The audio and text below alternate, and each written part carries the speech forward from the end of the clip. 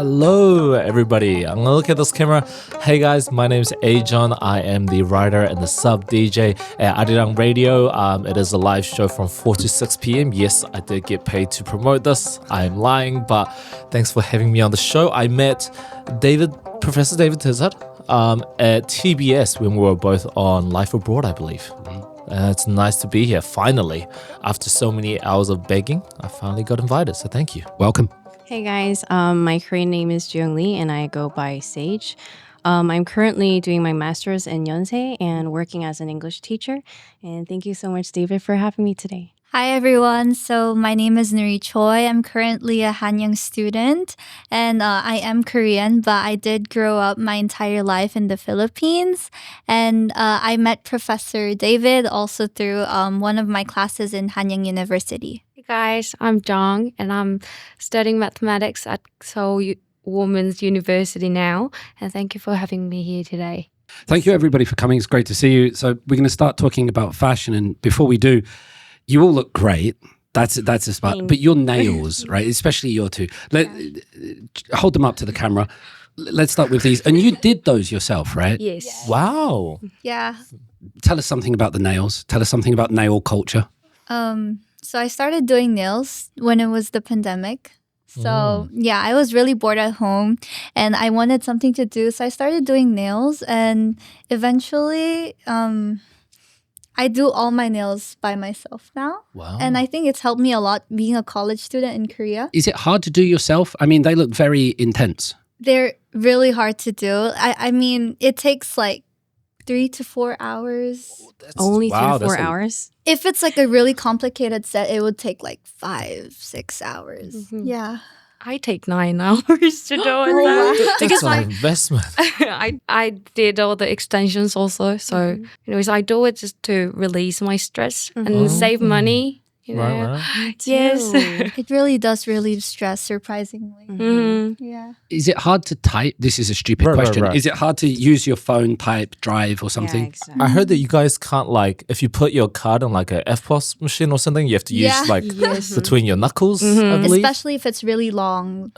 Yeah. So I try to keep them in a length wherein I can still type. But during midterms and finals, I remove them. I started when I felt like doing nails, like getting your nails done at a nail salon is too expensive. I'll just might as well buy everything and then do it by myself. And How expensive is it? Like, I have no idea to get your nails done. If it has like a little complicated design or like some stones on it, it costs over 200,000 won. Wow, that's a lot. Yeah. Professor David, have you ever done it yourself? Or have you ever done your nails? No. No. I barely cut my nails. Yeah. Like, that itself, I take 30 minutes to cut my nails, and even that is stressful for me. You take 30 minutes to cut your nails? I do, I'm very precise with my nails. Do you do like cuticle pushing? I don't know what that is. So no. I'm assuming no. But I was like, what? Yeah. But also, like, I've never cared for my nails. But also, I do always wonder, I know it's a very much like a self-pleasure thing, but I wonder if, from a men's perspective, if it looks attractive. Because I've never really cared too much. Like, it looks pretty, and I know it feels good. I know, like, when my female friends, they kind of, like, pinch me with something, it does feel, like, a little bit, like, massage, sensory a little bit, but like I've never been like, oh, she's cute because she has her nails. You know what I mean? You look beyond the nails. For me, different generation, when I grew up, nails were, if they were done, they were all one color, like these long red nails or these long black nails, like especially the goth chicks, right? But they would be all one. Chicks. Yeah. Google that. But they would be all one color. But these are really kind of like accessories. Nuris are all different colors and shapes, and there's things on them. I saw one person had their nail pierced, which I thought was really cool. There was like a piercing in it. So it's a new thing to me. It looks, it looks attractive. It looks cute. It looks very feminine, I would say. Right. I thought it was interesting too, because mostly I thought if you're getting your nails, your thumbs will be the same. Like, it's like mirrored, right? But from what I know, the trend is that it's not mirrored, and it's kind of like your pinky and your thumb is the same, kind of like that. It has like pattern, but it's not identical. Yeah. This is weird. I feel really rude asking you this. Do you do your toes, Nuri? I actually That's do. a weird thing. I actually do. Professor, have like, do you have a specific No, I interest don't. in that? No, I'm not into feet. Yeah, please. It's not a thing, but I'm just curious whether like it looks the same. yeah, I actually do. Yeah, Isn't Wow, it too really? hard? Because you have to like bend all over and then like. that's true. But it helps that I was a gymnast, so Oh. I guess that helps.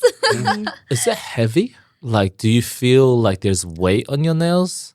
Actually, one time I did nails wherein it was all like cubics and diamonds, and it was really heavy, and I could feel it.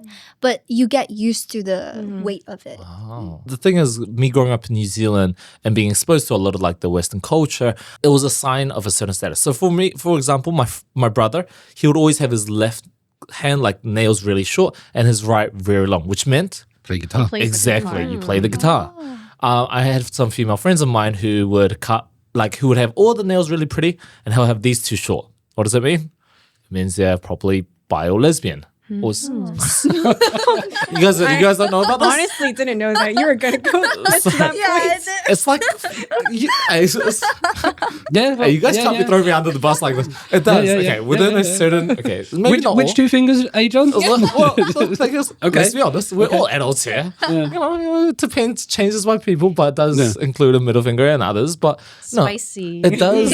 It does introduce like a certain detail about your life or about who you are. You can tell somebody by their nails, basically. Exactly, to a certain degree, yes. But when I first came to Korea 20 years ago, I was teaching at a bank, and the guy there, high ranking, his nails were disgustingly long. And he was a very smart guy, and he had lovely, lovely suits and everything, but his hair was kind of long and his nails were long. And he told me that his father had passed away, and so he was trying to do 3 years out of Confucian respect to not cut his hair or not cut his nails. And he was just trying to get to 3 months. And I was like, oh, okay. Because this was one of my first experiences in Korea, and I saw his nails and I was like, I want to go back to England. Like, I don't want to be in the same room with this guy with these like kind of Cruella de Vil nails coming out of him. But, you know, there was this Confucian thing related into it. Let me turn you towards this one, guys. How important do you think beauty in general, not just your nails, how important do you think beauty is for success in Korea? So a lot of the time we'll talk about gender discrimination, rightly so, and we'll talk about racial and sexual discrimination. But in terms of lookism discrimination, does being attractive change your life in Korea, or does not being attractive affect your life negatively? What do you think about this one?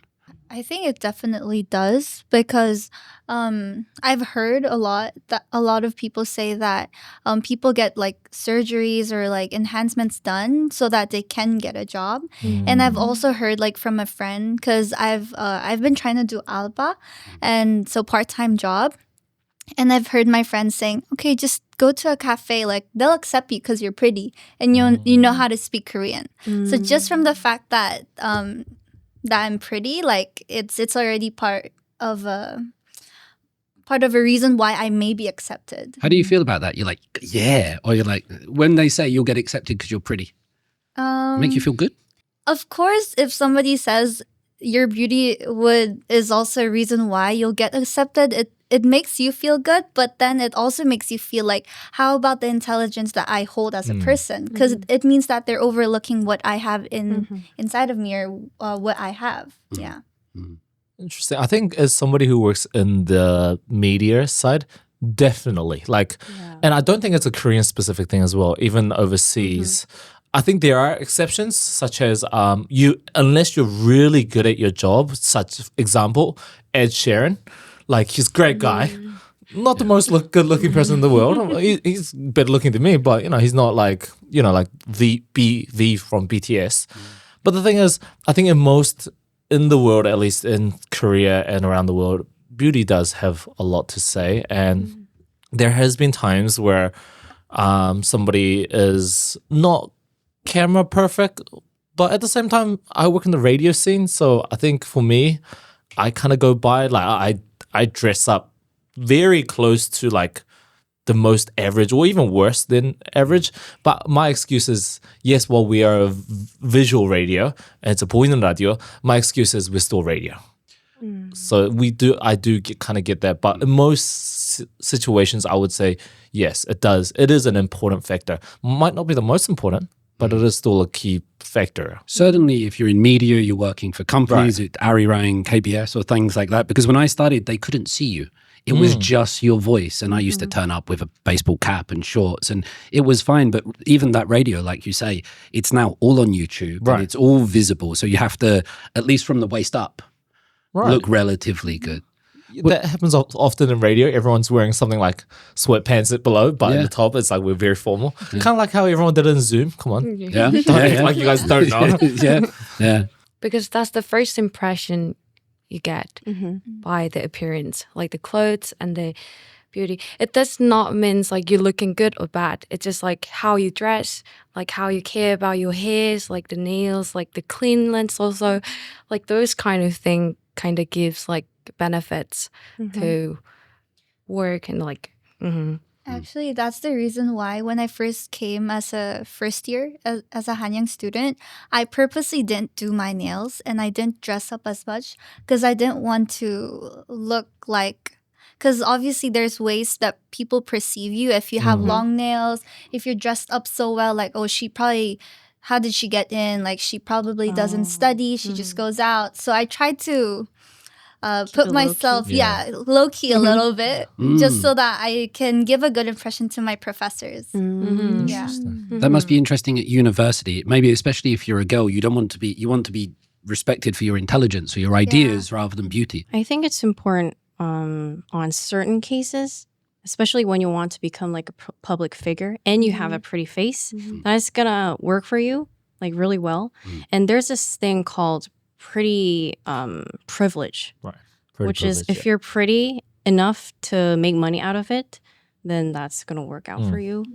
And even there's a way to determine if you can make money out of how pretty you are, then that means you're really pretty. But if you can't make money out of it, then you're like less, like below the standard. Interesting. Yeah. The idea of making money, is that through social media? Is just putting your face on vlogs and things? Becoming like an influencer or even like vlogger on YouTube. That must get very interesting because the faces on Insta and TikTok and YouTube, whatever apps, they're kind of filtered a lot these days. Definitely. Heavily filtered, right? You know, I see some apps and just the camera, it makes my face look different.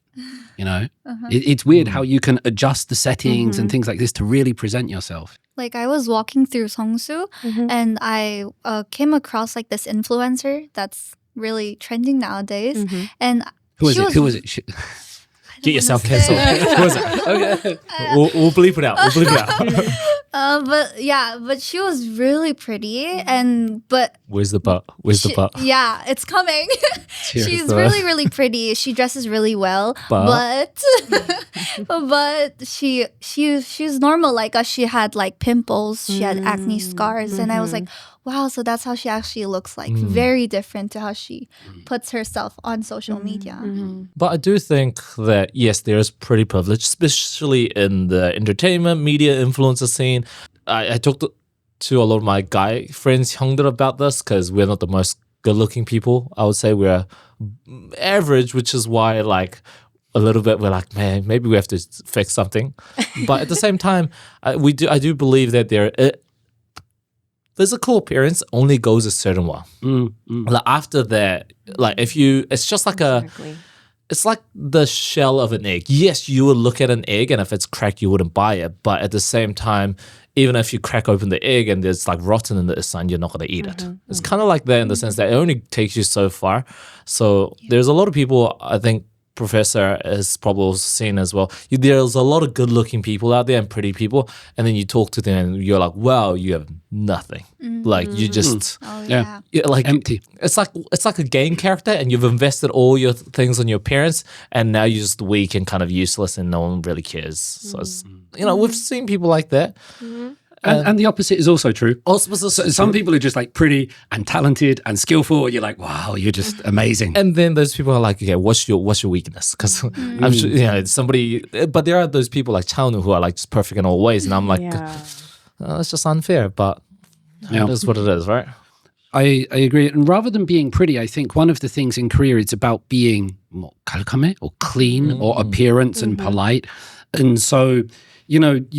I feel like in Korea, and I might be wrong, especially with my job, but you're expected to make an effort. Even if you're not sort of very pretty or handsome or attractive, people respond to it. And so I sometimes tell my international students when they're here, if you're going to a bank to get something, if you're going to meet a landlord, if you're going to meet a professor, something like this, just dress up a little bit, right? And you shouldn't have to.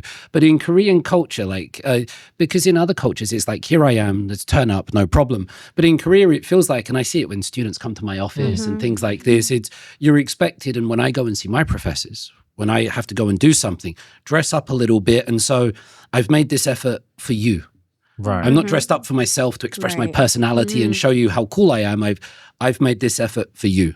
And that's how I feel like the beauty sometimes works here. But also, I think that idea is also an idea that's not only in Korea. I know that maybe it's because we're used to it and it's more common in Korea. I think that does go a long way if you live overseas as well. Yeah. Like we oftentimes say, oh, this is what happens in Korea. But yes, this idea, if you dress up a little bit and you go maybe in America and if you're going to get your visa redone, like dressing up a little bit does go a lot way. It's just not only in Korea, but it is more often practiced in Korea, I would say. Yeah. Any thoughts on the kalgamit, like the appearance and being clean and respected for people, or? I do that a lot of times, especially when I'm in university. I'm trying to meet my professor. I dressed up a lot, and then she was kind of like really. I thought her face was really like it looked awkward because she was asking me, "Are you going on a blind date or something?" So maybe I went too I've heard that before overboard. too. Yeah. So Yeah, I think there's that line where it's like you can't be too dressed up, but also you can't be like not dressed up enough. yeah. I know that in Korea, I think it's very viral, like this idea that Korea, everything is beige. Like there's no colors in Korea. they're And I'll be honest, we are monotone. not fitting the standard as well. We're all black and white today. We're not doing our due diligence. But the thing is, it's a very common thing in Korea where it's like everybody wants to stick out, but not too much. 적당히, I think is a very common thing in Korea, right? Yeah. You want to look good, but you don't want to stand out. Right. You don't want to be wearing red pants or a yellow jumper or Right. something. Yeah. Unless you're in Hanyang, then it's like, oops, then, all cheers to you. But yeah. Like coming to Korea from the Philippines, like a lot of the people around me, especially like my parents and my uncles, would say like, Nuri, you can't dress the same way you used to dress in the Philippines in Korea. You're gonna have to change your style. And I was confused at first at what that meant, but I came here and I understood that each country had different styles and what was accepted. But I did kind of change my style, but at the same time, I tried to not make like that, do not wear red, do not wear bright colors affect me, and just dress the way I want to. Right. What's the difference? How are you feeling with your shoulders out and things like that in Korea? I mean, what's the difference in your mind between the Philippines and Korea? What you're allowed to do, what's cool? I think Korea's 100% more conservative. So if let's say a little shoulder is out or your legs are showing, There you show your shoulders. yeah. Like I was in the subway and this ajashi went like full on turned his head and went. So I was like, oh, like am I dressed too revealing? Right. Yeah, but at the same time, I don't let that affect me because I dress for myself, and dressing up actually makes me feel more confident and like makes me feel like who I am. Right. Yeah. I think there is a line. I would say if it doesn't make other people uncomfortable, then I think it's fine. Especially in a crowded subway. If you're wearing, I do agree in self-expression. If you do wear a bit too revealing, or like for me, I don't personally like guys. I might get hate for this. I don't like guys who wear those long, like sleeveless shirts in the gym, and I can see your titty like on the side, man. I'm like, dude, come on, man. The side boob. It's the side boob for the guys. Side boob. It's like wrong gender to be doing this. I love you, but like if I see that on the subway, I'm like, and I'm a big dude. If I'm sitting next to you, I'm gonna be like, we're gonna be shoulder to shoulder. I don't want to be touching your shoulder. Like, there's a right place and the right time, and also I think that if it doesn't make other people uncomfortable, then I think it's like, do you do you. I think like fashion, like cologne is a very big thing because there's a lot of people out there that doesn't know how to, maybe they just have horrible noses, but they just don't know how to control their cologne. And I'm like, I feel like I'm in Hwasengbang. Like I feel like I'm in the military again. Like you gotta gas me out. My dude. head starts hurting when the does. perfume is so strong. Right. I think if it doesn't make other people uncomfortable, then I think, do whatever you want. I'm never gonna see you again, anyways. Yeah.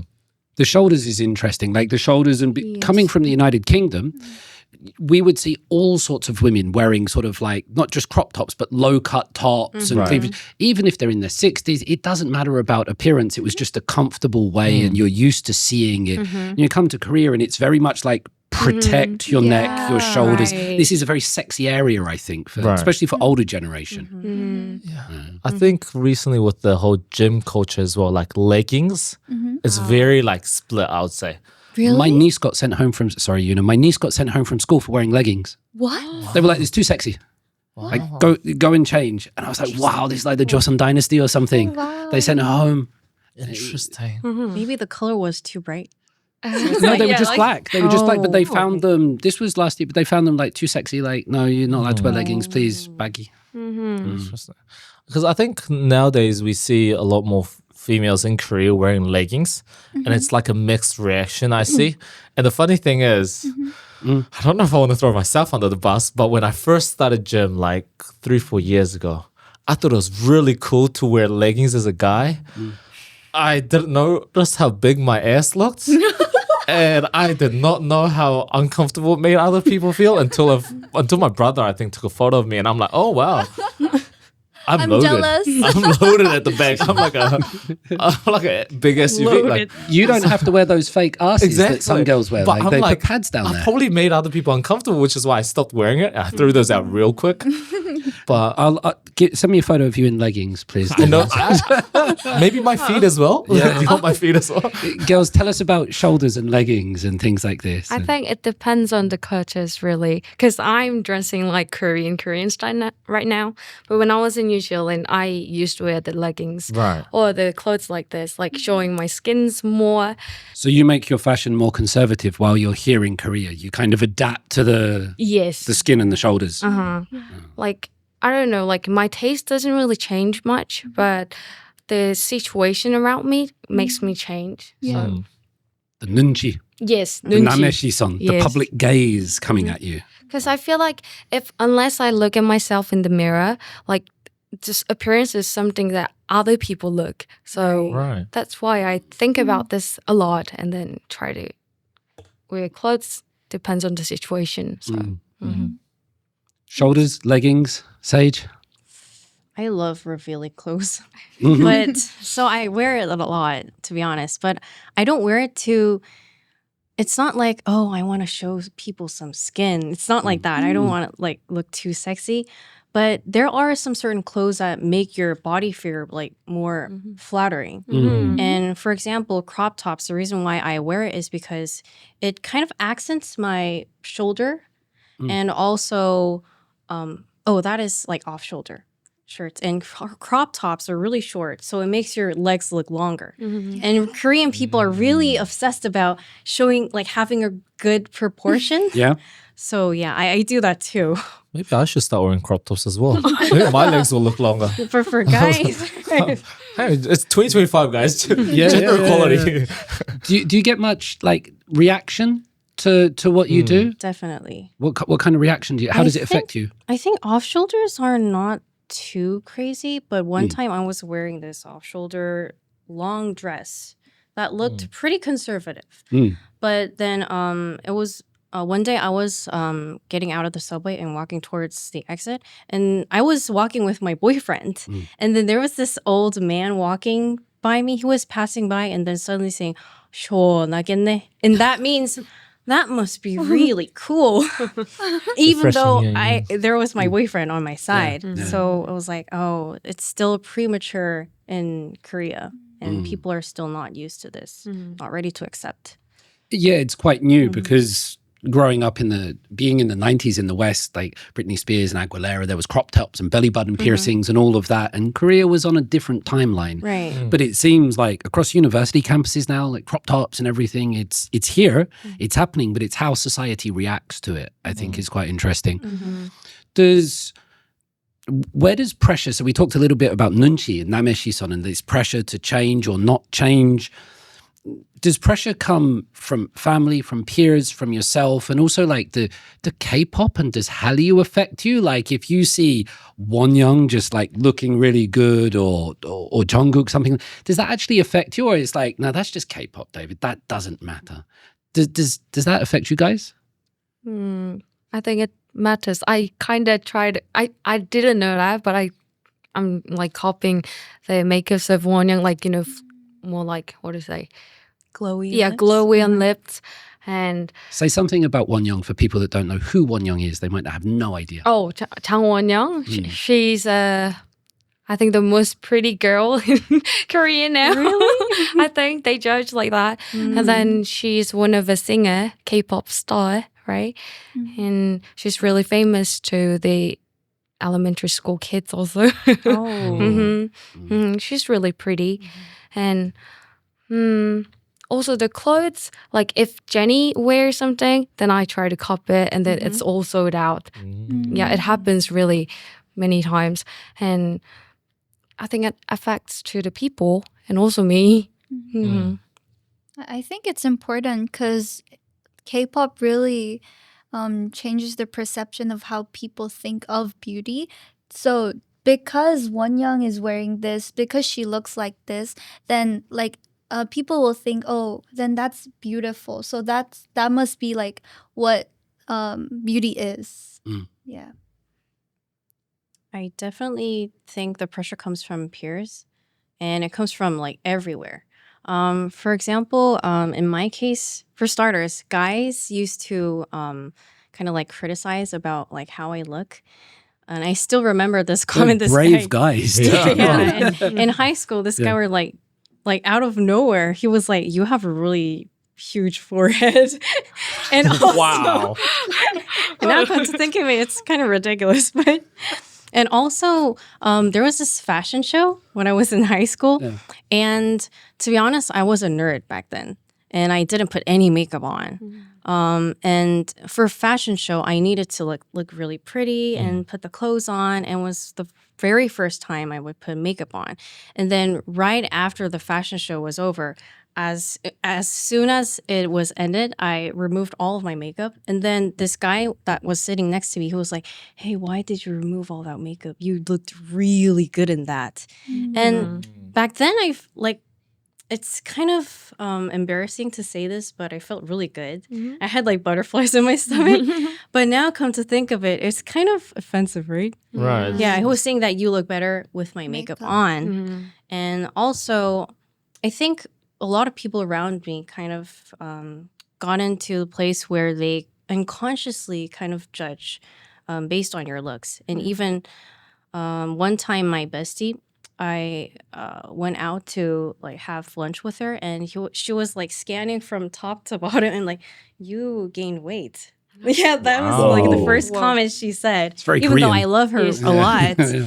And also, my mom kind of interferes into what kind of outfit I would like choose for each day. She comes into my room and checks like what I wore. Wow. And she's like, still? yeah, she still does that. And she's like, are you really gonna wear that? Then yeah, I'm gonna go for this look today. And she's like, maybe your body figure will look better in that clothes. It will complement your butt or something like that. And then the other day I was really pissed off that she does that. So I told her, I just don't want to look perfect every day. Why do I need to look perfect? So I think she was kind of like unconsciously trying to fit me in that Korean beauty standard. Yeah. Has a lot of influence. It's amazing how much pressure I think comes from friends and loved ones. Yeah. Like what I feel in Korea, that it's not always criticism coming from your enemies. Like, screw that guy that said your forehead's too big. Because I mean, what Thank can you you. do about your forehead? Like, I mean, There are Yeah. certain things. really, Apparently. a bang. But it feels like a lot of pressure does come from like family and loved ones. And I've heard stories like people telling me their mum told them to get surgery or double eyelid surgery or things like this. And it feels very alien from a Western perspective, but kind of common here, that parents are trying to make you look better rather than just love you as you are. Right. Yeah. I think that's interesting because we always talk about how fashion is a way of self-expression. And I think the lack of fashion or the desire to not go towards that is also self-expression. For example, I myself, this is the only shorts that I have that's not for sports. I have three long pants. I only have black and white shirts. So I know like my fashion is very limited, and I like it that way because it also shows that I can put on anything, and I also want to invest my time into my personality. I'll be honest, I know I'm going to get a lot of hate for this. I haven't regularly put on sunscreen in the last 10 years. The same, exactly. Like, I think it is like for certain people. I think it is a common thing to just I don't know. This is a little bit disgusting. The studio owner, 40-year-old guy, I asked him like, "Do you wear makeup or cosmetics?" He was like, "Sunscreen every day." Wow. Yeah, so the Koreans do it quite regularly. Yeah. I never do that. I'm English, mate. We just go red. Yeah, we're like, it'll be all right. But also for me, it's like, I don't know how much I want to be honest on this podcast, but I use maybe like my cleanser foam like once every 2 days. I wash it with water. Water works. Like bar soap, like stuff like that. So it's like, well done for washing. Yeah, I know. I put water on it. That's fine. It's a good flex. It does. Takes the dirt off. Like that's the thing. I think for some people, the lack of fashion, I think, is also a way of expressing myself. Does K-pop affect you? Like when you're going about and you see the sometimes the soft masculinity of current K-pop stars and the way that's going, does that have any effect on you? Even though I am in the radio scene and I do see a lot of good-looking people. For example, on Monday, I saw the leader of Momoland. She was one of the guests on our show. The week before, Olivia Marsh, which is the older sister of Danielle from New Jeans, came into our show. And they're good-looking people and stuff, but I honestly couldn't care less. Like it's like they're gonna do their thing. It's like cool, good for you. If it makes you feel happy, it's like if I don't tell you to, do a certain things, like you just don't tell me to do it. And I think it's fine. But I do see that like the trend of K-pop, like we see a lot of like, from a long way if they're like a new rookie boy group, because each member has a different style of haircut. And they look like Power Rangers with their hair, like they're all different colors. You know what I mean? Yeah, kind of. And it's kind of like the Saja boys. They're all like they're distinctively different. And I think in a way it's expressing yourself, but also I do wonder, it's like, is it something that they want to? And if it's something that they want to dress themselves, or is it because they're managers? Because I honestly, maybe it's because I'm in the radio. I think it's men written by a woman. I think these are men that are trying to fulfill the desires of young women. This is just my take, that young women want a very soft, safe type of masculinity in general. I'm generalizing here, that's not too aggressive or dangerous or risky, that seems sensitive. And so I think this kind of soft look that's kind of popular these days, and full credit to it, right? It sells. Is sometimes ridden by a woman. Let me say one thing about shorts, because I'll never forget this last year. I walked into a class, and I normally try to play up to the English. I wear a suit and a tie and all of this stuff. But I walked in one day, and I thought I looked good, right?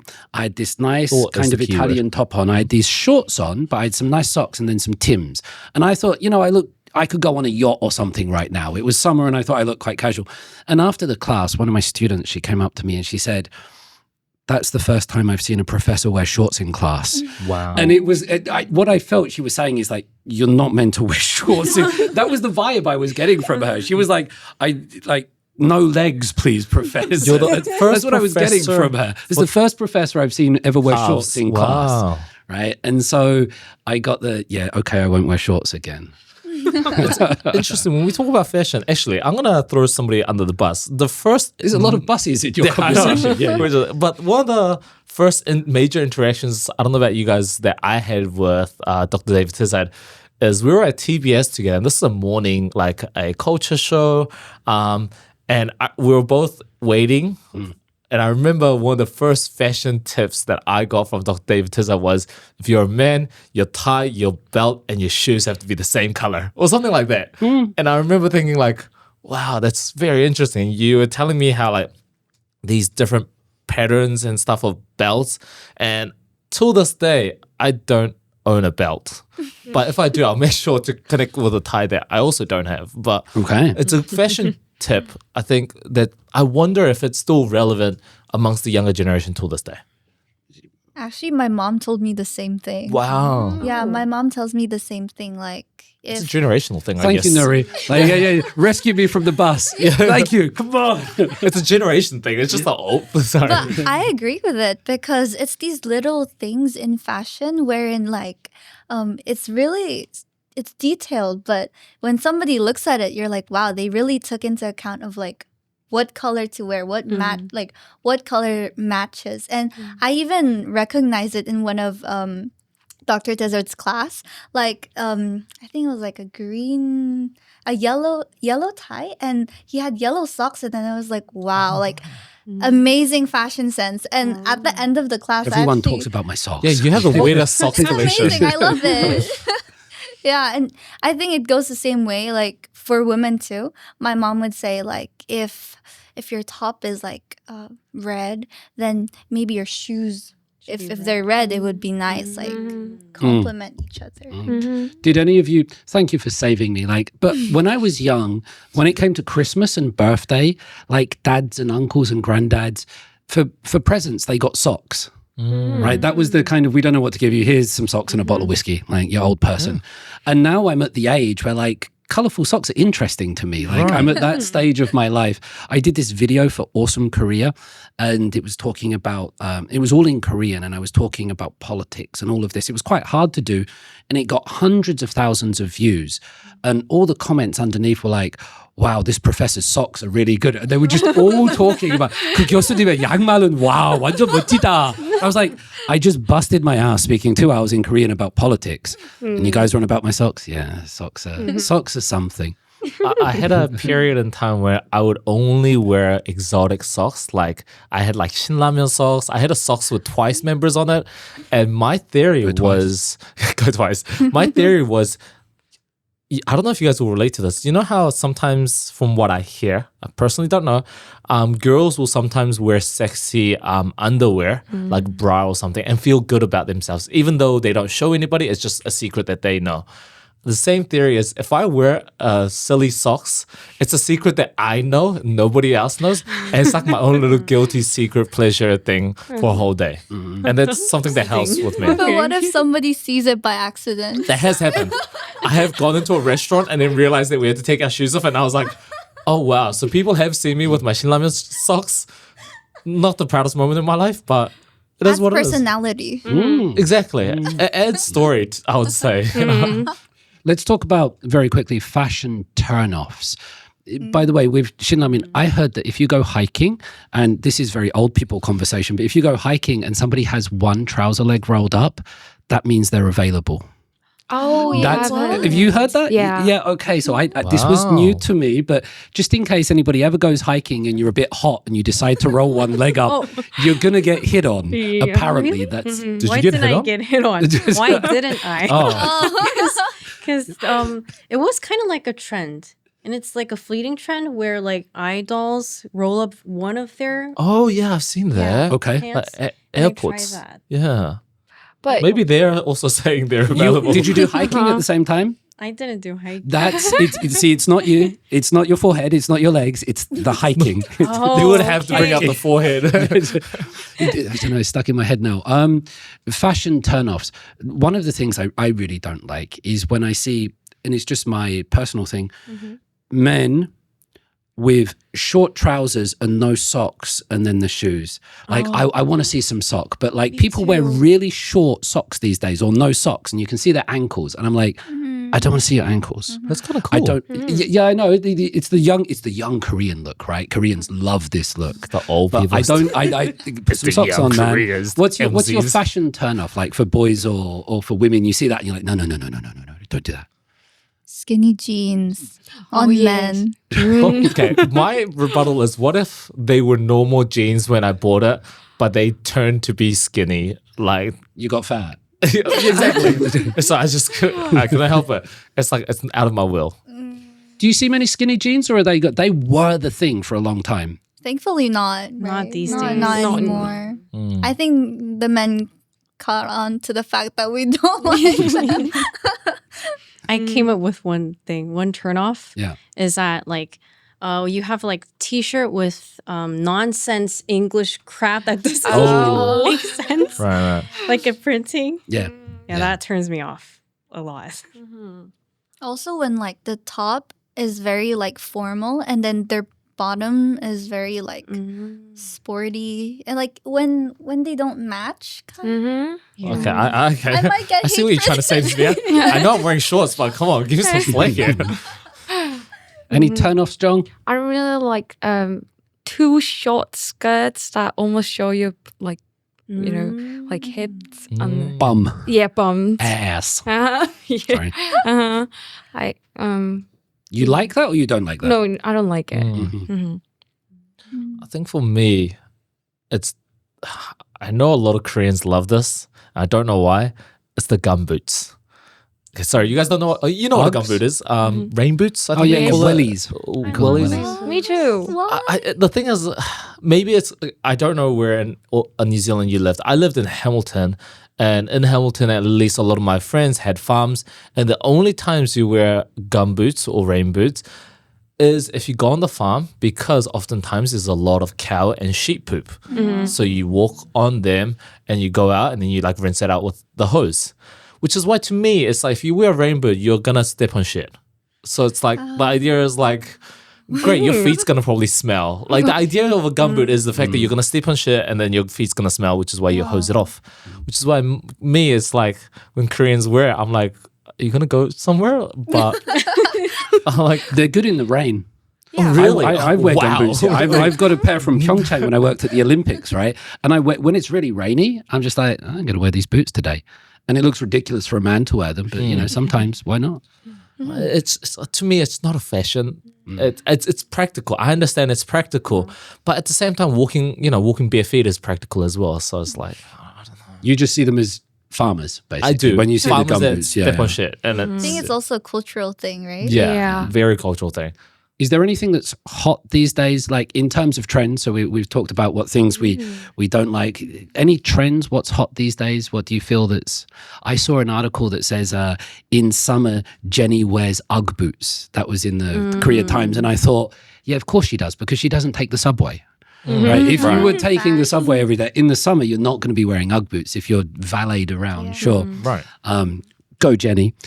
What's trendy? What's I hot? think also rain boots, the hunter rain boots. Yeah. I have one. Get him, John. I don't like. Can we have even number of men the next time? It's really trending now. And they're also like the balloon skirts that really Oh, like the tennis skirts. like- kind of, but more like Oh, Fluffy. yeah, fluffy one. It literally looks like a balloon on Yeah, it the looks like bottom a side. pumpkin kind of. Yeah, right. That those pants.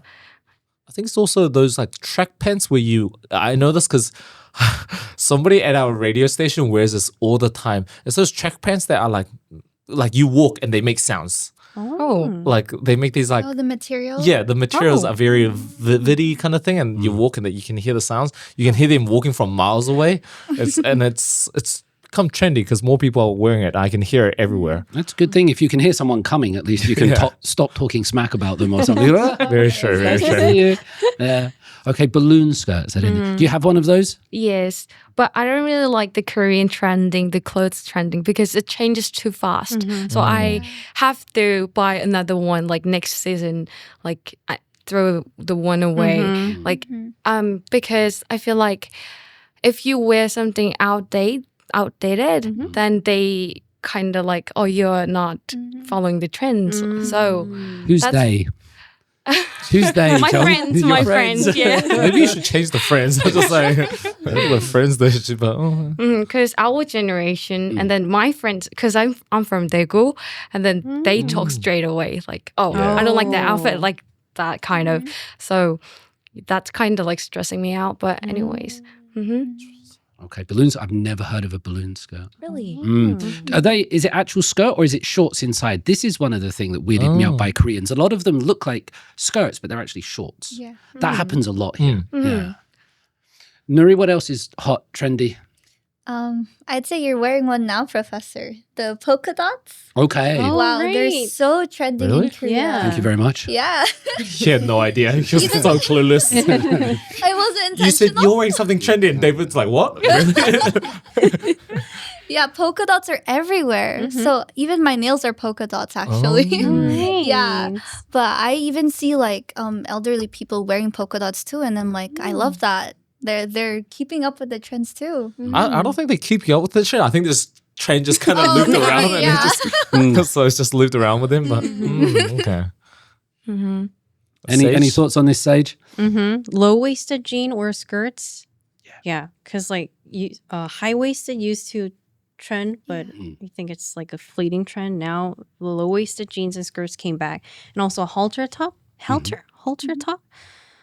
So people can like reveal their like shoulders, and also Western boots, like a cowboy vibe.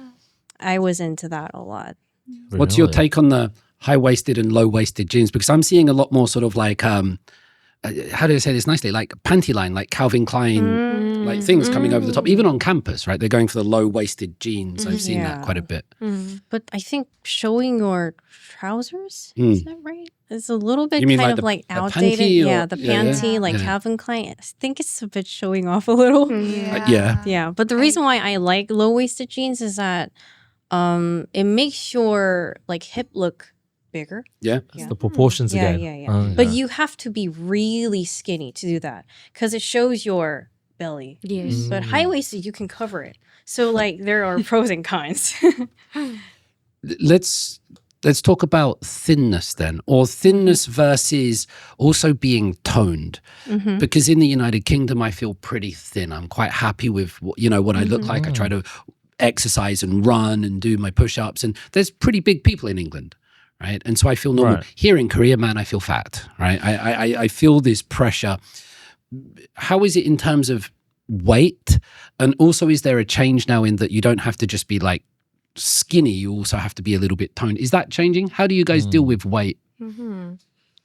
I think it's getting. I actually lost 13 kg for last 5 months because How did you do that? Are you just on those didn't like eat. drugs? You did. Did you do the no Wegovy? exercise. No. Was it Ozempic or something? Like, is it- yeah. No exercise. Just didn't eat anything.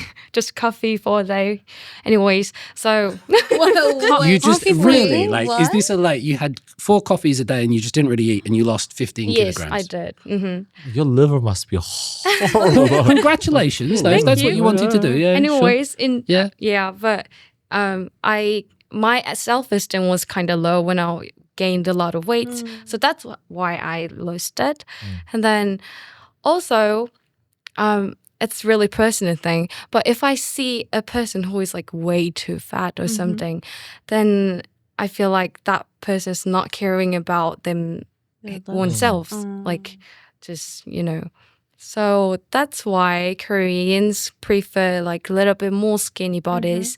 And also you can see that like the life patterns if you like eat late and then sleep in the morning or something like that, and your cycle broken, then you gain weight. So like people can kind of judge by appearance. So maybe that's why. Did your life change before and after the 15 kilograms? Did people react differently? Did your life become? Yes. My friend said I'm pretty now. Pretty now. I'm sure you're pretty back then as well. Anyways, like also kind of the clothes that I can wear is much like a lot, and yeah. I've seen these trends online. Like, is that an outfit or is she just thin? Is that an outfit or is he just thin? You know, it looks good, but does it look good just because they're thin? And Like the body's the outfit. yeah, right. I agree with what you said about judging people who are overweight. I feel this pressure because I'm always trying to motivate young people. I'm always trying to like inspire them. I'm trying to get them to, not as a gonde or something, but to try to, life's good. Let's go. Let's do some things. And so that means that I also have to show that I'm doing that if I want to inspire people subtly, Right. subconsciously. And so I feel that pressure as well to try to maintain myself despite the age and the predilections for chicken and alcohol. A lot of alcohol. A lot of alcohol. Nuri, thinness, weight, is that a thing? Muscles, toning? Do you feel that pressure or are you good with it? I think I always grew up doing sports. So I was always really healthy about my body and like my body image. But when I came to Korea, I realized that Korean girls are really, really thin. Like it's not like, I think they were born with it because I think Koreans in general have a small bone density. They're smaller in size. So I've been seeing that a lot lately. And I guess like I actually, from that, I also, I wouldn't say pressured, but I did sign up for the gym recently. Let's go. Yeah, because I really enjoyed gymming also, but I couldn't gym for a while due to my sport injury. But yeah, I realized that in Korea, there are a lot of people that are toned nowadays. Like, it's not just skinny anymore. There are a lot of people that have muscles and women that have abs and back muscles. And it's really, I find it really inspiring to see rather than just being super skinny. Yeah. Feels a bit healthier. Yeah, doesn't it? definitely. And you'll work, you have to work towards it, I guess. I'm so amazed by how many people I see out running and exercising by the river. Even just people walking. I see so many like mothers walking with their daughters and old people out, and it's very active, especially this time of year. Sage, the thinness, the weight. I think compared to the past, there definitely is a shift, and Korea is changing a little bit, as you said. Because in the past, we were like super influenced from idols like 소녀시대, and like they have like chopstick legs. And then I still remember when I was in high school, my friends would get worried of like all the muscles that would make, especially in their legs, like calf muscles. And one of my friends had like big calf muscles, and she got teased because of that. And it was considered as like not being girly. But right now, maybe because of the influence from like Western culture or like Kylie Jenner, I think people are starting to accept that being curvy is another like beauty standard. So I love that. And for me, I've been working out over 5 years. But to be honest, the reason why I started working out was because I wanted to have abs. Yeah. I wish I would say like I wanted to become healthy or like that, but I wanted to get abs. And there were these YouTubers that had a really like great body shape. And like these days in Korea, what's trending is to like have like a square shoulder. Okay. Yeah. And I think to me, it's really attractive. So to get that look, I started working out, and then I'm still doing it. So How did you get on with the abs? Very personal question, but like, how are the abs, Sage? right now, Yeah. I think they're doing pretty great, but I need to kind of like tighten my like muscles to get that. And with the perfect lighting and the perfect like place, it can show more like with the shadows. Yeah. But yeah. They're really hard to get, abs. You know, you can be strong, you can be thick, but abs is a dedication. But then there's this, from what I see from my generation gap, I think young people today live a bit healthier. Yeah. I'm not sure if it's the pressure of social media. I'm not sure if the idea that everything's being recorded and videoed. It feels like when I was there was more drinking and smoking and whiling out because nothing was being videoed. And if you fell over and puked and looked ridiculous, nobody saw it. But now I think maybe with more clean living, which is a good thing, by the way, maybe I feel like this generation is a little bit cleaner. Smoking's certainly gone down and things like that. Any pressure on your weight here at Ajon? The way that you said it to me, I'm like, I'm trying to say something there. But No, I don't mean it like that. Normally I heard, this might be wrong, like women were, this is a real stereotype, women were meant to be under 50 kilograms and men were meant to be over 180. That was like the numbers that I always heard, right? That's...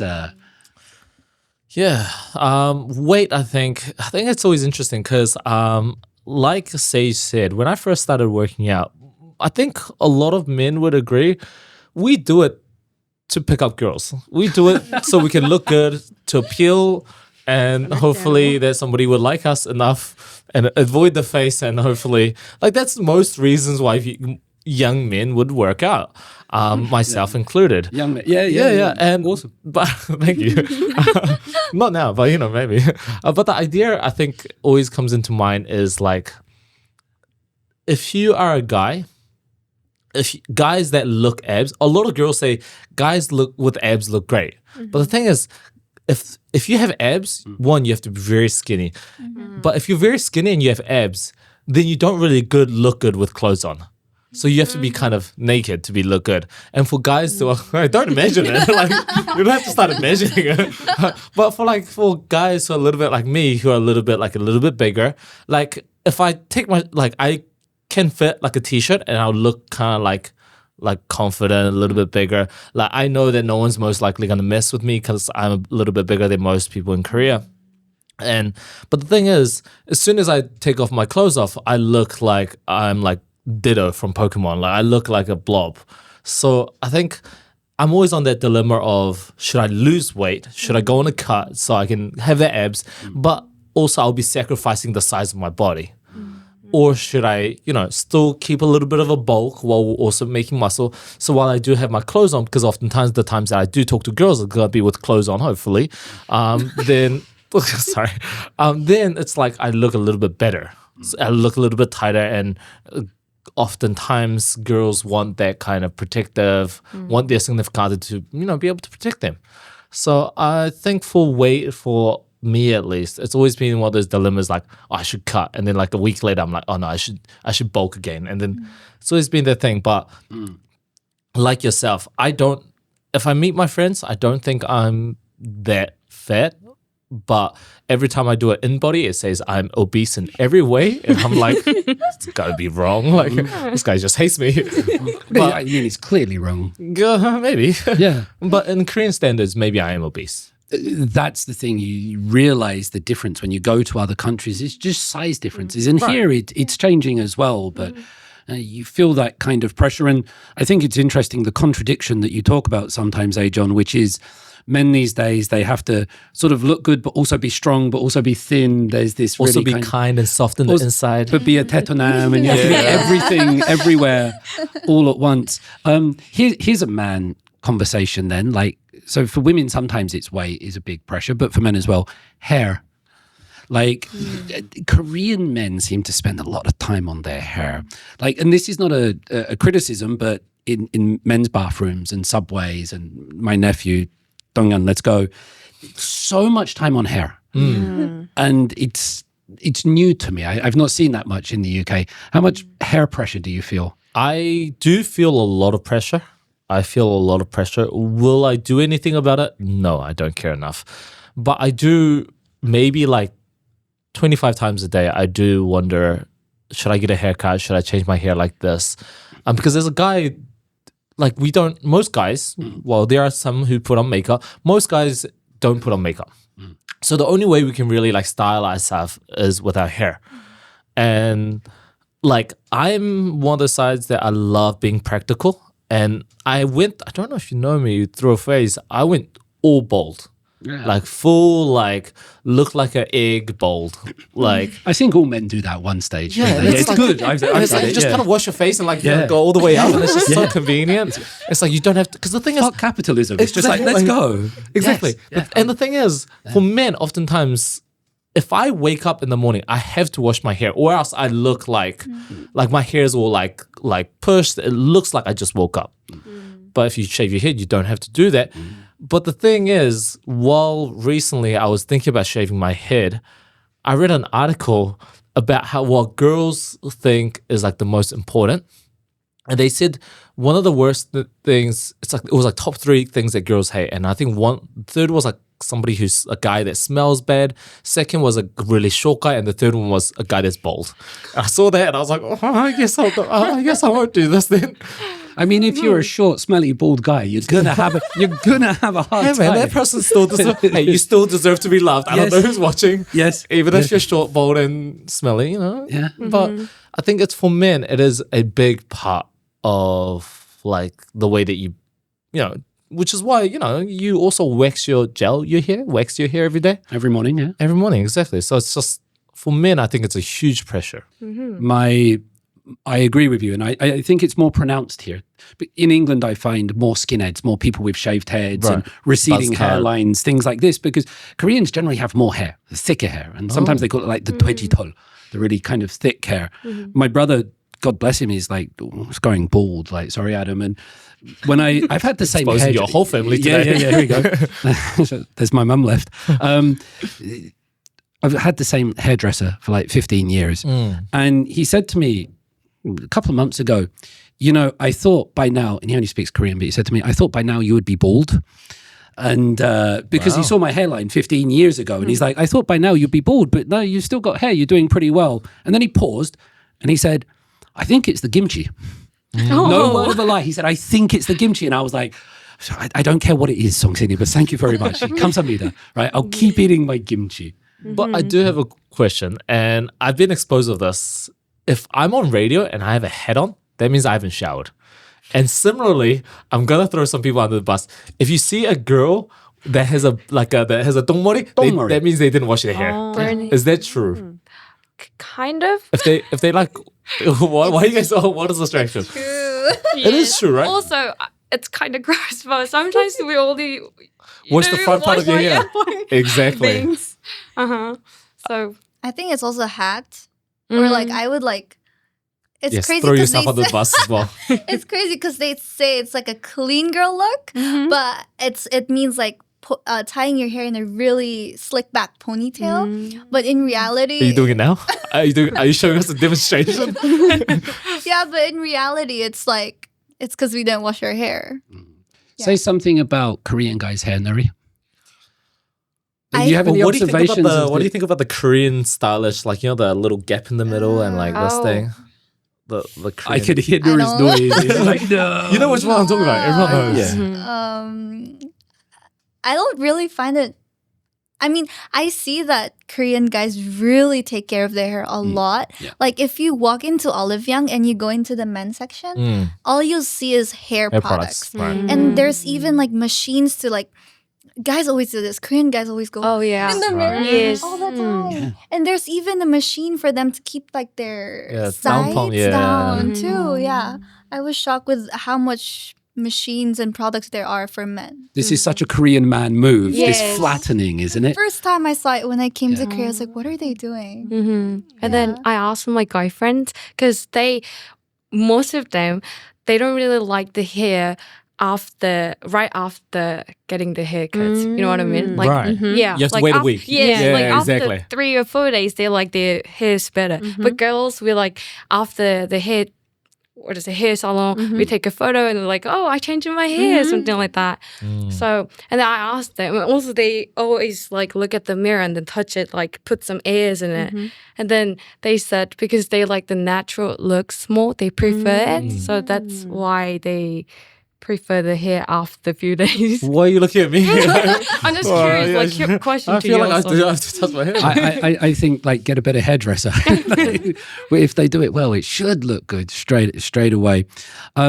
Skin color. I want to ask about skin color because when it's sunny, I feel like I look better when I'm tanned, when I've got some sun on my face. I like going out running, especially this, and to get some color. And sometimes I'll go on television and they'll put me in the makeup room before, and the person will just make me look white. And I look like a cancer patient or something. I don't know. I look like a zombie because I got these big dark red circles and a white face. And I'm like, and here it feels like the trend is to look as white as possible. And I'm like, no, I want to look tanned, right? And how do you feel about like skin color, whiteness? How do you guys feel about your face and shoulders and not being the same? I'm joking. I'm joking. I'm not.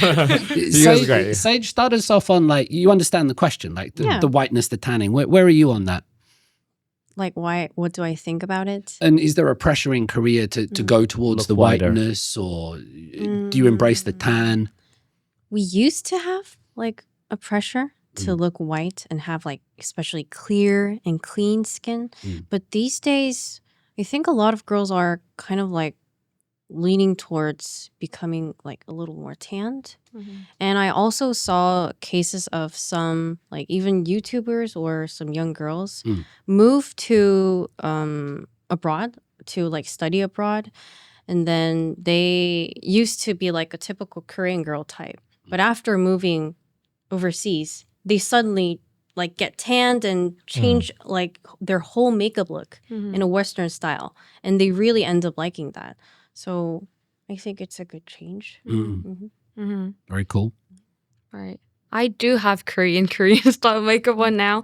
Actually, it doesn't really match me because I feel like I also, when I was in New Zealand, I never dye my hair. I always wear a little bit like sharp shapes of eyeliners, you know, like I prefer those kind of things.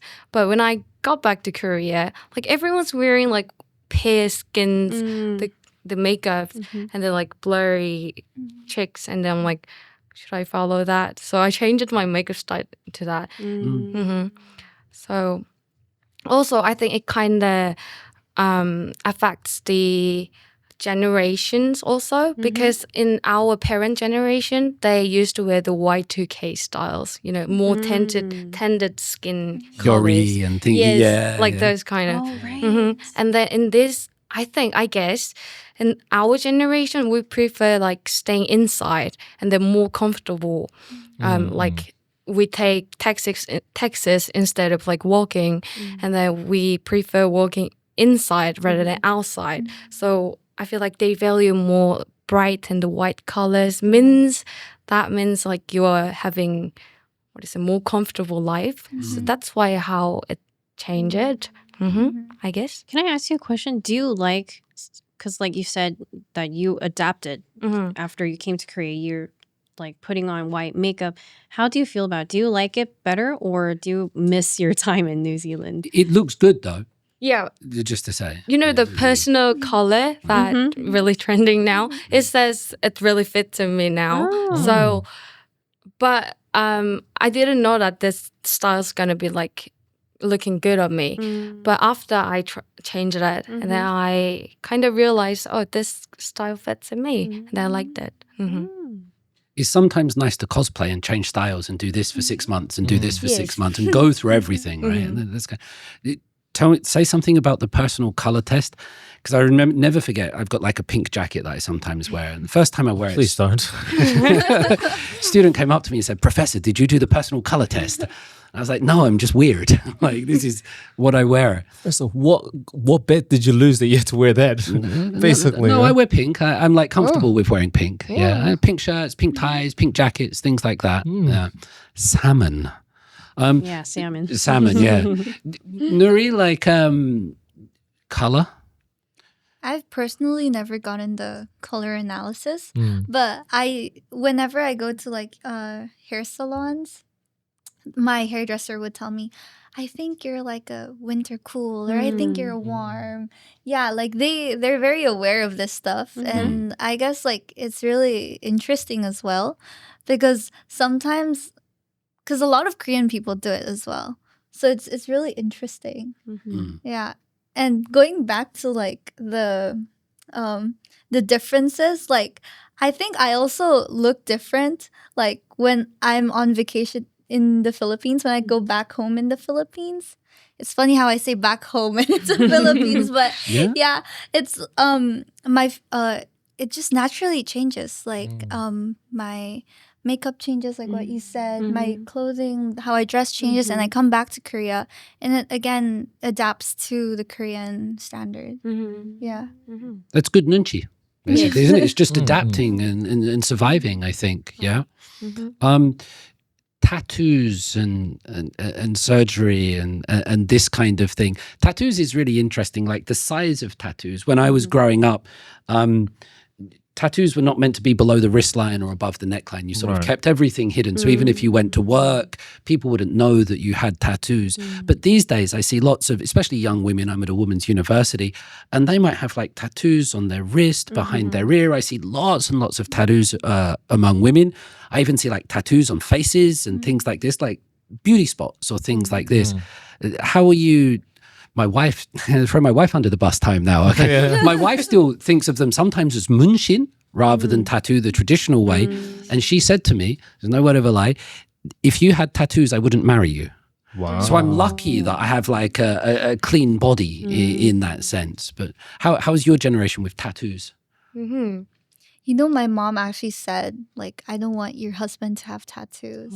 Your mum and my wife would get on like house on fire. My mom's a very, very open person, but so is she. yeah, but she said tattoos. The only reason I didn't get tattoos, and I was in like the music scene and all of my friends had tattoos, so I thought the most punk thing to do was to not do it. And so it was a way of being a rebel and a punk, which was to not do it. And I don't know. Interesting. How are you with tattoos, Sage? Well, I'm not like completely against tattoos, but as long as if someone gets tattoos that kind of matches their character and it's like not too like crazy overboard, then I think it's quite attractive. But yeah, it depends on what design they get. But if it's like dragons like all on like your whole body, then maybe it's a little bit no for me. Do you see many around you these days? Some. Yeah. The other day I went to a pool party and there were these guys with like really great body and most of them had tattoos. But it was kind of like I was kind of afraid to like approach them because yeah, it was too much. Right. You don't have any tattoos yet? I don't have any tattoos. Okay. I mean, if you're going to have tattoos, you need to go to a pool party to show people that you have tattoos. I mean, otherwise, what's the point? It's like, hi, guys. Right, yeah. Well, there was a point where I wanted to. Like, I thought of maybe I should have tattoos. It was a time when I was into this rapper and he had this tattoo showing his brand and I thought it was really cool. And he had it on the top of his hand and I was going to get it like at the same spot. But I'm really glad that he didn't get it because you get like sick of it, right? So instead of like regretting it, I'm like might as well not get it. And I saw a lot of people regretting of getting a tattoo and they spend much more money on removing it. Yeah, and it really hurts. So yeah. Right. I have one. Oh, really? Yes. Oh my gosh. Ooh, what a surprise. Can you zoom in it? Oh. I can show it though. Like I have a little like smile on my finger. Oh. That's a really interesting place for me. Like the inside of a finger tattoo. Yes. And then a little like heart and little carrots. Wow. I actually did it myself. Oh. Where, yeah, like hand poking. You put the ink in it and they just do it one by one. Yeah. Yes, it's painful. Can I ask, does it have like any meaning or is it just a fashion? No, just I like carrots, so that's why. Wow. That's so cute. You must have great eyesight if you love carrots. Oh. And then the hot one doesn't have any meanings. But anyways, like my parents were very shocked when they saw it the first You time. didn't ask them for permission. No, I didn't. And then My I just mom showed would them. kill She was me. probably just doing like 9 hours of her this, and then she had a Just bit of like hours there left, in and her she's like, "Why room." not? Like, I'm doing 9 hours of this anyway, so why not just do myself?" Well, yeah. It's interesting to do it yourself because there's the whole thing about here. If you get tattoos and they're really popular, you have to DM someone and sometimes you'll meet them by the subway station and they'll be checking if you're not a cop or, you know, the whole illegality of it. But you just did it yourself. Yeah. That's really kind of brave, I guess. I think because just getting it from someone else doesn't have any like meaning. It doesn't have meaning though, but me putting it myself is more like meaningful. So that's why I did it myself. And then I feel like because I did it myself, I feel like I'm not gonna regret it that much, like as much as other people do. So I like it so far. So yeah. I think this idea of tattoo is very interesting because I come from a Christian background and my parents are very Christian as well. And I think tattoos, you know, it's another form of expression. If you want to do it, go ahead. Like, if you're going to do it, I can judge you. Like, it's my freedom of right. If I think it looks stupid, I'm going to say it looks stupid. It's your right to do it. You have all the right in the world. But also the thing is, I feel like Sage has said, I feel like I would regret. So, which is why I've never done it. And my mum, her being a very like conservative Christian, she's like, you're not allowed to get a tattoo. And she gives me this lecture. And then a month later, she goes and gets a eyebrow tattoo. And then I'm like, that's the same. That's tattoo, bro. And then she's like, it's different. I love calling your grandpa bro. That's my mom. She's like, no, it's different. I'm like, bro, it's the same. Like, mom, it's exactly the same. It's tattoo. It's still like, so I think it's interesting how in Korea, even a lot of people who disagree with the idea of like artistic tattoos will go and get their eyebrows done with a tattoo gun, like a tattoo machine, which I also think is like, is that considered a tattoo? Like, if you guys met a guy, I know that you talked about how you don't like guys with like too much tattoos. What if he did an eyebrow tattoo? That's acceptable. Like you look up close and he's like bold in the eyebrow. He's like, no friends up here. But from far away, it looks like he has something. So you're saying that he doesn't have any brows? Yeah, but he has eyebrow tattoos. Eyebrow tattoos without any hair here? Yes. That's a bit like Is that a Andre difference? Kim, JYP type kind of vibe, isn't it? That's what I'm thinking right now. Tattoos, and I think because I personally would never get tattoos, but I did get my eyebrows done. I got So you got some microbladed. tattoos, bro. Bro, yeah, tattoos. And actually, it was my mom that was like, "Yeah, go ahead." So, but I think the face tattoos are temporary; they fade. Right, but also you can get faded tattoos on your arm as well. Nuri, how do you feel about like the beauty spots? Some people have these as well. Have you heard about The them? PB dots. You know the dots that PB have? The red ones. Yeah. I think they're cool. Like if they accentuate your face, I think it's cool. But I wish, because personally, when I was young, I had a lot of moles on my face, so I got them lasered off. And then I see now that they're trending, so I'm like, maybe I shouldn't have. Control Z, just like put them back on. With eyebrows, I have the exact opposite problem. Like my hairs are growing out this way and this way. I have too many friends up here. I need fewer eyebrows. Surgery. Surgery. I've never considered like plastic surgery in my life. It's not been a thing, but I've seen many people around me. They've had it. They say it makes them feel better. I think it's interesting in South Korea that plastic surgery is almost like a sign of confidence and success. Coming from the West, it was always seen as like you have a lack of confidence or you're self-conscious about something. So for your mental health, you would do it. But over here, it seems like, for some people, it's a sign of, I want to go up the ladder. I feel good about myself. I also have the money, the yoyu to do this kind of thing. I've had students at the start of semester when they do their tagisoge or their introduction, they'll say, Professor, I took your class last year, but you might not recognize me because I got my jaw done. Hello. Oh. And, some of them are quite open and it ranges from just, double eyelids to all sorts. How are you guys with surgery? I think it's too common now to even like comment anything about it, because a lot of my friends around me did plastic surgery, and when I was in high school, I don't know, for some reason, girls who had mono eyelids, they really wanted double eyelids. So there was this tape that they would put on to get a double eyelid. I used to do that as well. Yeah. But I think mono eyelid is really attractive because I don't see a lot of people that have that right now. And after they graduate, like as soon as they graduate, they get like plastic surgery. And also I've seen a lot of friends getting other plastic surgeries as well because they kind of like struggled and had a hard time with other people like commenting, especially guys, and about their look. And I saw how like low their self-esteem can get. And I feel bad about it. And then because of that, they decided to get plastic surgery and they love the results. So it's okay, I think, for other people. But for me, I'm not a fan of plastic surgery. If it makes people feel better, and also Korea's technology and cost and availability, generally it feels quite safe. It's not like going down a back alley and getting some untrustworthy treatment. It seems to be quite good here. Yeah. Like speaking about monolids, because when I was growing up, a lot of people around me would tell me like, I got this so often that I didn't even know it was racism, but they'd be like, chink, like you're so chinky, like hey chink, and they would go like this with their eye and make their eye really like this. And then when Hallyu started, when K-pop started trending, all of them were like, I love your eyes.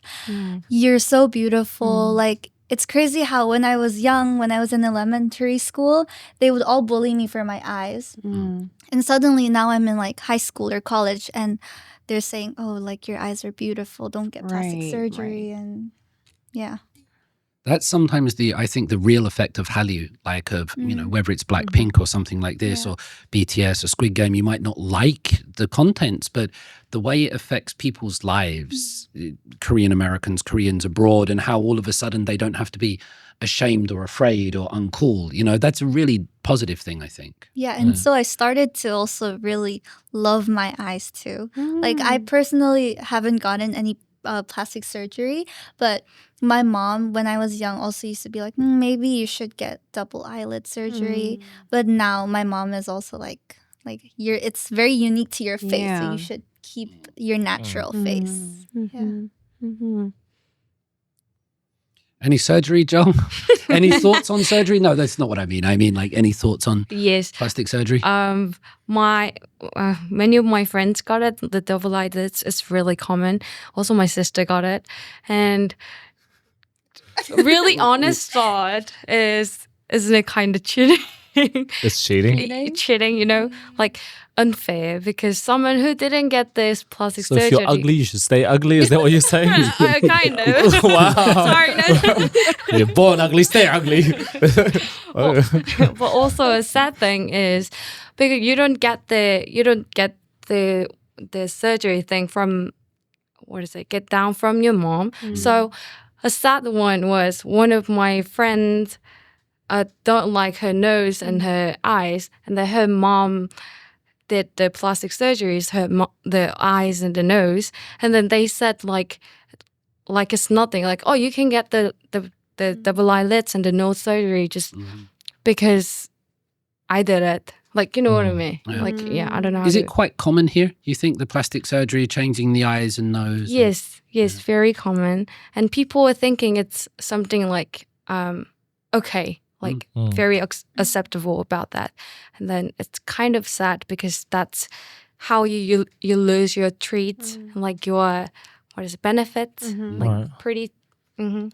If it makes people feel better, like Sage was saying, I think that's a good thing and you have the ability, then why not? It's your life. I get that. It's mainly the face, I guess. Like, is there a trend in Korea? People like getting boob jobs and bum jobs and calf jobs, or is it mainly face focused still? I would say still mostly face focused from a lot of data that I've seen. I think unlike America, where I believe BBL it's called, is like the most common. In Korea, while boob jobs are slowly becoming more common, it's not as much as facial cosmetics. And I do think it's, for me personally, from what I see, I definitely think it's like, you know how fashion and how like makeup is also like, it's a trend. And I remember there was a time where getting that pointy nose at the end was a huge trend. So a lot of girls had that same nose. But now it's kind of like trend has changed. So it's kind of like, I do worry people that like, oh, if you're following a trend now, it might not be a trend. 10 years down the line, you might regret it.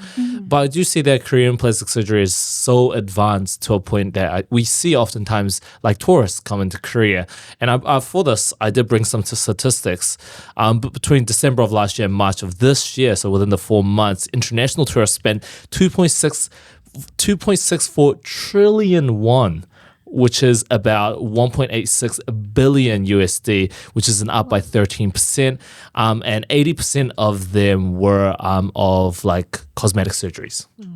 Like, so which means like 20% and others would be more for like health reasons and stuff like that, which I think is huge. It's an insane amount of money. A lot of those tourists, I would imagine, come from Asia. Right. I'm generalizing here, but there's a lot of Chinese tourists that come over and get the procedures here. Yeah, I would agree. But I also think due to, like we said, a lot of Korean like Hallyu being popular overseas, I think more of the Western and Europeans. It's kind of like how I think, is it Sweden, where like if you're a guy and you need hair transplant, is that country? Turkey. You go to Turkey and get new teeth and new hair. Right. If you need, it's like that. But I think in Korea is slowly becoming that country. If you need facial plastic surgery, this is the land to be. I think it's also it's cheaper compared to other countries, Right. like in Korea, right? Because I've also had other friends say that cosmetic surgeries and enhancements, they're way cheaper in Korea compared to their home countries. Yeah. Agreed, and but it's cool and it's reliable as well. I think you have the technology and the things here. Cosmetics. So many of my international students, they say like, Professor, I've spent so much money at Olive Young, and my sister-in-law, we have to send like face packs home, and even this is a new one for me, foot packs. Like you put on your feet to cure like Achilles heel and flaky feet and things like this. Wow. Any thoughts on like this Olive Young fantasy and this K Cosmetics 10 step skincare routine that's out? Like, how does cosmetics work here? You big into that? Is it worth it? Is K Cosmetics a thing for you? I think the Koreans prefer like more clear skins, put less the makeups on and like more like bright, And then also when I was in New Zealand, I had there was a shop called Mecca, and they sell Korean product like skincares, like moisturizers. And then the non-Korean friends loved that, and it was kind of like booming. And then there was a fake product that made in China, but put like random Koreans on, so they seems like Korean products. And that was also really expensive, but they just get it because they don't know any Koreans. And then I think in Korea, Olive Young is very, very big. I think people underestimate. It's like, oh, it's big, but no. Even amongst Koreans, while it is very popular amongst tourists, it's very popular amongst Koreans as well. Again, I brought some statistics. But last year, Olive Young made 4.789 trillion won, which is incredible, right? What's that in Korean, John? This is in won. Yeah. Oh, I don't know. No. It's an insane amount of money, isn't it? Yeah, it is. Yeah. It's unthinkable. And to make this, it also shows, and they have like major, I think a lot of the reasons why Koreans love Olive Young as well. It's like 4 times a year they have their Olyang sale, which is like, it's like, 80% discount, but still they're racking up so much money to hold these events where it's like sales, they're still making so much profit. I think it's the sales that really get you. Yeah. Because you go there and you think, oh, this is so cheap. And then you get everything because everything is on sale. And then at the end, you're like, oh. Yeah. And also, like, a lot of tourists come to Korea for skincare. And even my friends, they're like, Nuri, like, when you come back, bring us some skincare. So they relate like, oh, so Korean skin, they look at Koreans and they're like, so Korean skincare is probably what makes their skin so nice. But I think there's other factors to it too. Like sometimes Korea has better water and yeah. I also think it's interesting. It was an article that was released today, actually. It talked about how Olive Young will now be installing in-store public open bathrooms because people are spending more time in Olive Young. And they started this in last year in a store on Jeju-do Island.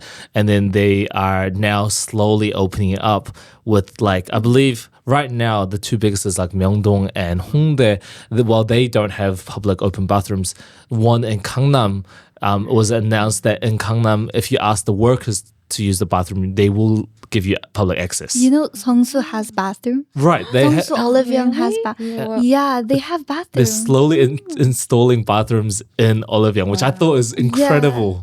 Take a dump while you buy makeup. It's just something, isn't it? Right. Wow. Yeah. Also shows how big Olive Young as a company is. If they can provide these services, and they're like still racking up so much money. There's even like free skin analysis and like makeup analysis, color analysis in the store itself too, which drives tourists to come even more. Yeah. Like if you could change one thing about Korean society in terms of beauty, or if you could say or make an observation about how beauty works in this country, what foreigners may misunderstand, or what you would like the future of Korean beauty to be, where are you with that thing?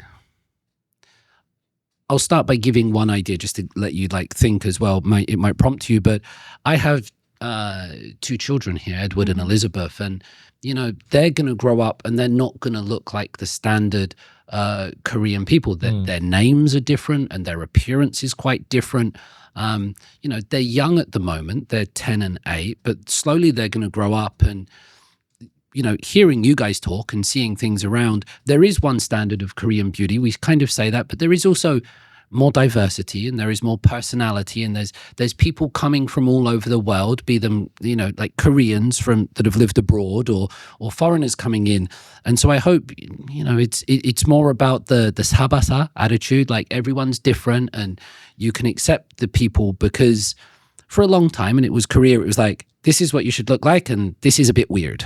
Right? And so I hope that just changes a little bit. And that's from a very personal perspective, right? It's nothing to do with me, but it's more towards my kids. And there's also the idea that because they're mixed kids, they might, get some negative treatment. They might get some positive treatment. They might grow up and have sort of the best of both worlds and have two languages and cultures, and it might be good for them. I'm not sure, but that's what's always on my mind. How will that look in the future?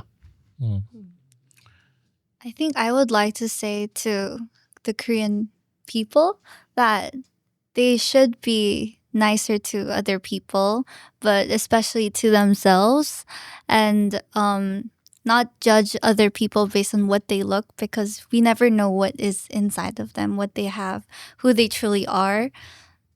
Yeah.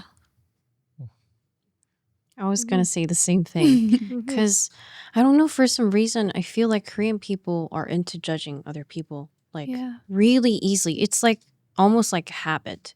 When they're walking like down the street, I can hear people, oh, 저 사람 좀 look at them, like their hair is like blah, blah, blah.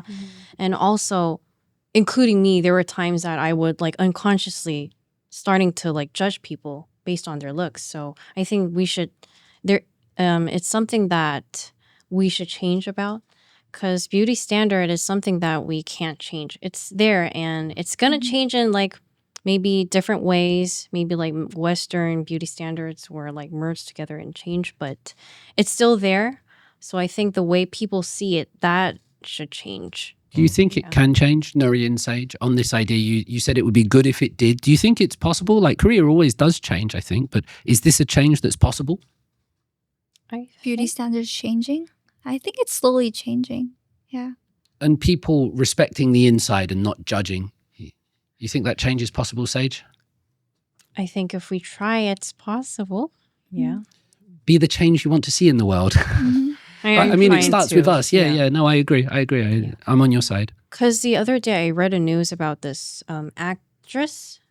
She bullied when she was in high school, and she was used to be like praised from people because she's very beautiful and her acting skills are really nice.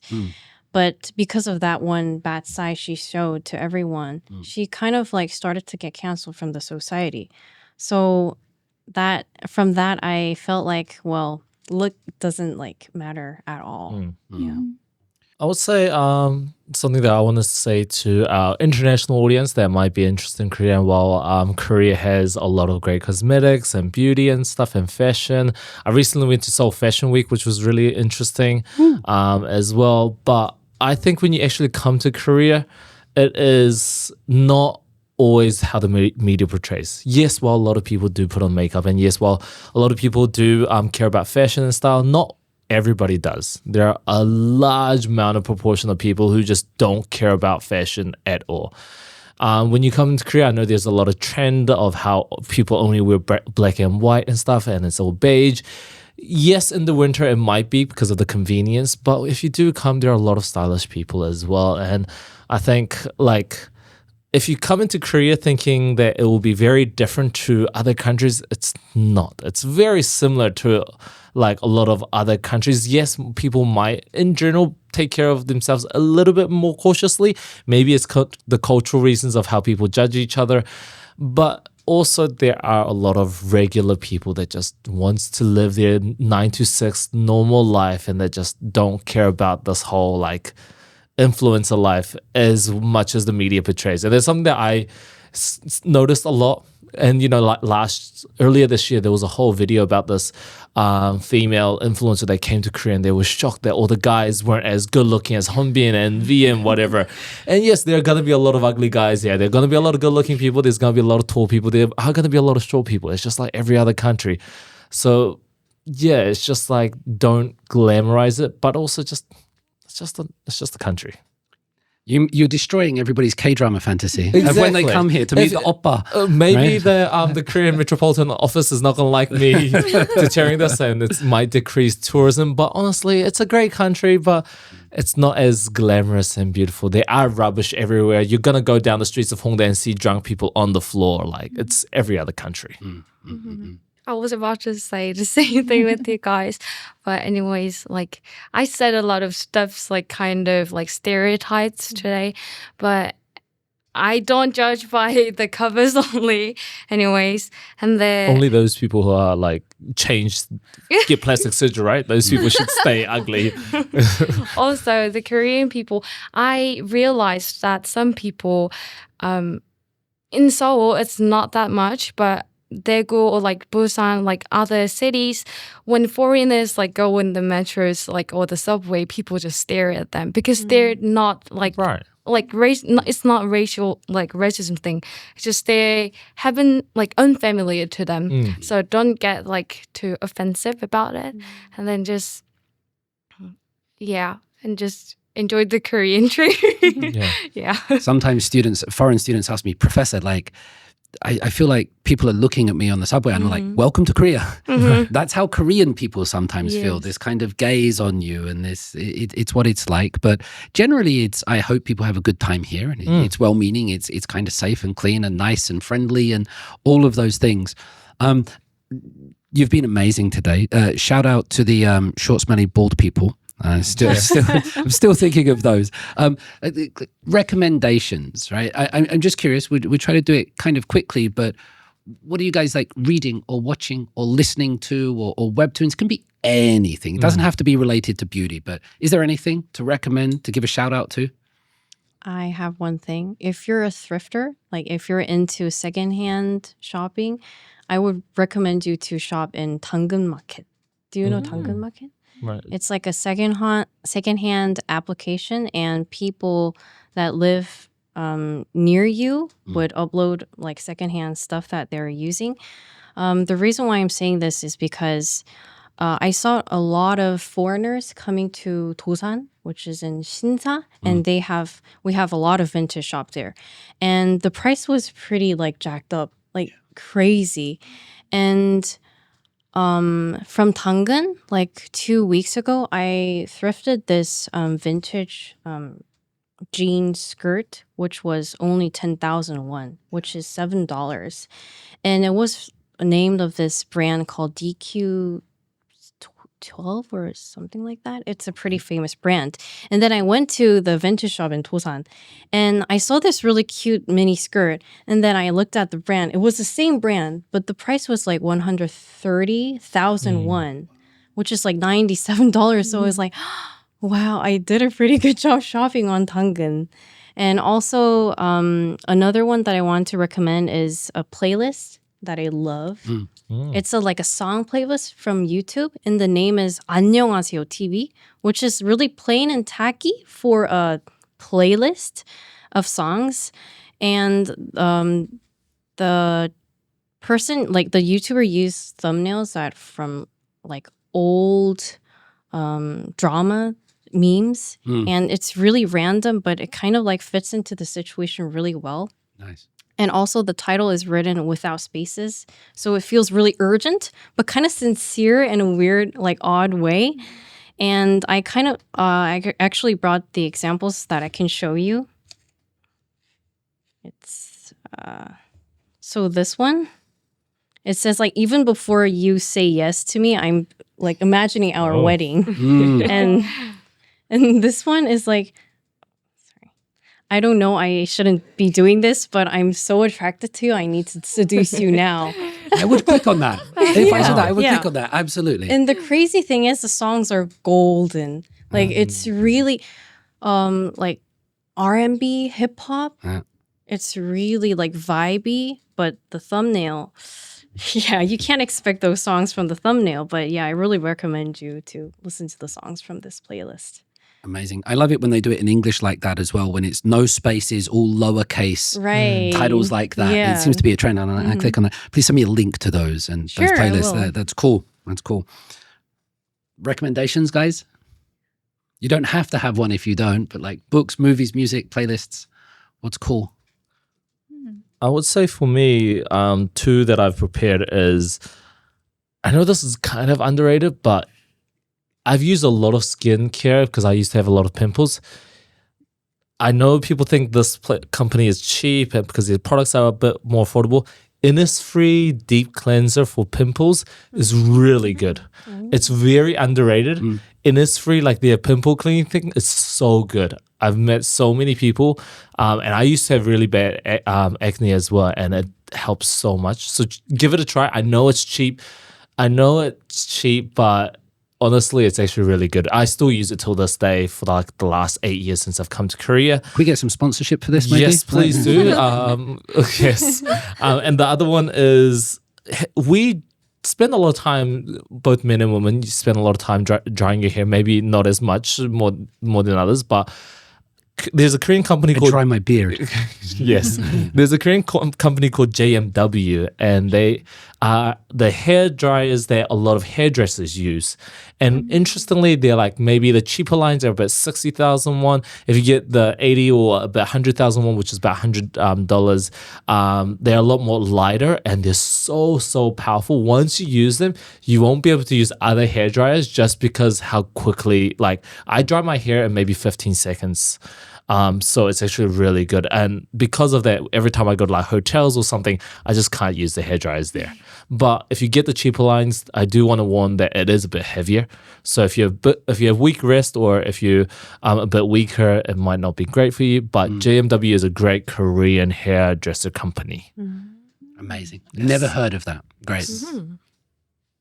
Since we're talking about cosmetics, I'll also give a cosmetic recommendation. I've been super loving the 정샘물 cushion. Like I used it once and I like fell in love with it. So maybe if you've been planning to buy it, you should go get it. It's your sign to get it.